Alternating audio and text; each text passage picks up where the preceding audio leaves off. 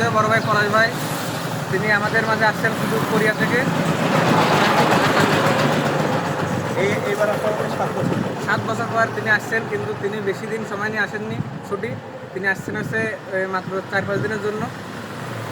তো ভাই তার শৈশবকাল এখানে কাটছে। এখন ভাইয়ের কাছে আমরা শুনবো যে তার কেমন লাগছে তার নিজের দেশে এসে, মাতৃভূমি জন্মভূমি। এখন এই মুহূর্তে আমার এলাকায় এসে যেটা আমার মনে হচ্ছে যে আমি একটা অপরিচিত জায়গায় আসছি।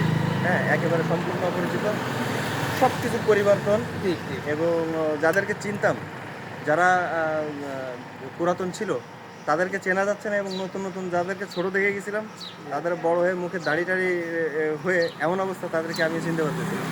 এবং এই সব বিষয়গুলো বোঝার জন্য আমার বেশি দিন থাকার প্রয়োজন, কিন্তু আমি সেটা থাকতে পারতেছি না। হাতে সামান্য মাত্র 4-5 দিন সময়। আমরা খুবই খুশি ভাইকে পেয়ে, মানে এই বছরের সেরা সারপ্রাইজ পেলাম আমরা ভাইকে পেয়ে।